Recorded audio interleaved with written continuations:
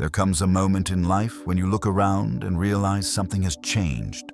The messages are fewer, the circle is smaller, and the silence feels unfamiliar. Society immediately labels this as loneliness, as if having fewer people around means you are failing socially, as if strength is measured by how many voices surround you. But Stoicism teaches a different truth. Most people don't fear being alone. They fear being left with their own thoughts. They use crowds to escape reflection. They use friendships to avoid self-confrontation.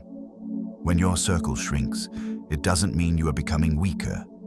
It often means you are becoming more selective, more disciplined, more aware of where your energy goes.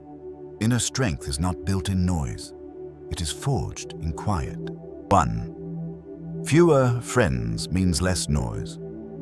Most people surround themselves with others not out of connection, but out of discomfort with silence. Noise becomes a shield. Constant conversations, endless opinions, a steady stream of distraction to avoid thinking too deeply. Stoicism sees this clearly. When your circle becomes smaller, the noise fades. And in that quiet, something rare appears: clarity. You begin to hear your own thoughts without interruption. Your decisions stop being influenced by group approval. Your values stop shifting to fit the room you're in. Marcus Aurelius warned that a crowded mind is an unguarded one. When too many voices speak, discipline disappears. Fewer friends don't isolate you. They protect you. Because clarity does not survive in chaos. It survives in silence. 2. You stop performing. When you have too many friends, you are rarely yourself. You adjust. You soften opinions. You laugh at things you don't respect. This is performance, not connection. Stoicism teaches that strength begins when performance ends. As your circle shrinks, something uncomfortable happens. There is no audience left to impress, no role to play, no image to maintain. And that discomfort is the point. Without constant social feedback, your identity stabilizes. Your values stop bending to fit expectations. Your words slow down because they finally matter. Seneca warned that living for approval is a quiet form of slavery. Most people never escape it. Fewer friends don't make you boring. They make you honest, and honesty is heavier than charm. 3. Distance reveals who matters. When your circle becomes smaller, relationships are tested, not by conflict, but by absence. Some people disappear the moment you stop giving, the moment you stop entertaining, the moment you stop being useful. Stoicism does not call this betrayal. It calls it information. Distance removes confusion. It exposes who values you for your presence and who only values you for access. Popularity survives on availability. Respect survives on boundaries. When fewer people remain, the relationships that stay grow clearer, calmer, more grounded. You stop mistaking familiarity for loyalty. You stop confusing history with trust.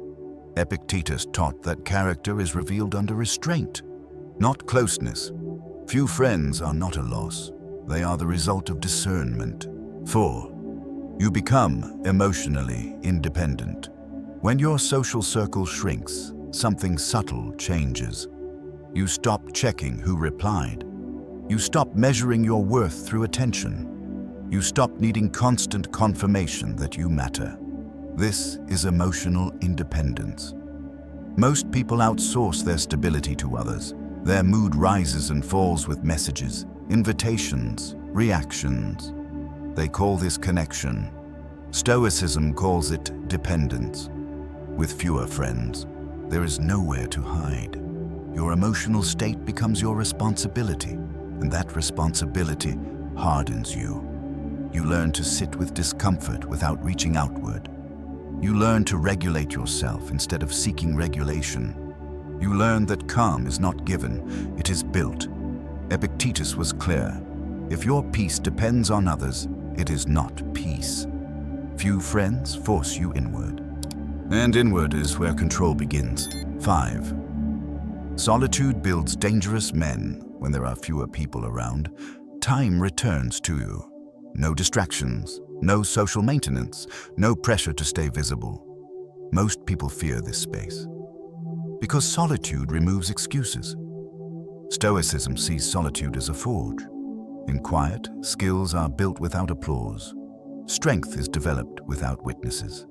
Discipline grows without encouragement. This is where weak habits die and strong standards are formed. While others talk about plans, you execute. While others seek validation, you build quietly. The most capable men are rarely loud. They don't advertise progress. They let results appear on their own. Solitude doesn't make you antisocial. It makes you prepared. And preparation is what separates potential from power. Having few friends is not something you need to fix. It is something you need to understand. It means you have stopped trading your time for attention. You have stopped confusing noise with connection, and you have stopped begging the world to tell you who you are. This is how inner strength matures. Quietly, without witnesses, without permission. When you no longer need constant company, your standards rise. Your focus sharpens. Your peace becomes non-negotiable. Stoicism never promised comfort. It promised clarity, and clarity always comes with distance. So don't rush to rebuild a crowd. Build yourself instead. Build discipline. Build character. Build a life that does not require an audience. Because when you master the world within, the world outside loses its power over you.